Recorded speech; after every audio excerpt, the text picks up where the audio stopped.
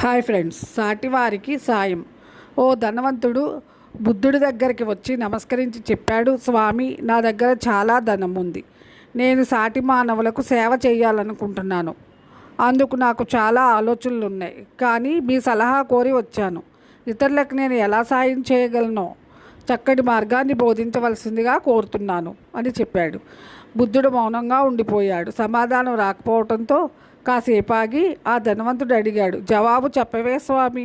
నువ్వు సాటి మానవులకు సహాయం చేయబోయే ముందుగా మనిషిగా నిన్ను నువ్వు తీర్చిదిద్దుకో, ఆ తర్వాత నా దగ్గరికి రా అని చెప్పి బుద్ధుడు కళ్ళు మూసుకున్నాడు. అబ్బాయి నచ్చితే లైక్ చేయండి, షేర్ చేయండి, సబ్స్క్రైబ్ చేయండి.